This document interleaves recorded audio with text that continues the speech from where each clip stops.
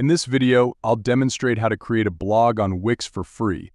Let's dive right in. To begin, open your web browser and navigate to wix.com. If you don't have an account yet, you'll need to create one. Once logged in, you'll be directed to the dashboard. Click on Create New Site if you have multiple sites, otherwise, you'll automatically land on the New Site Setup page. Choose Setup without AI as we're creating the blog manually. Now, select Blog and give your blog a name. Next, customize your blog by selecting desired features and templates. You can also write articles for your blog. For instance, if you're creating a travel blog, you can use tools like po.com to generate articles.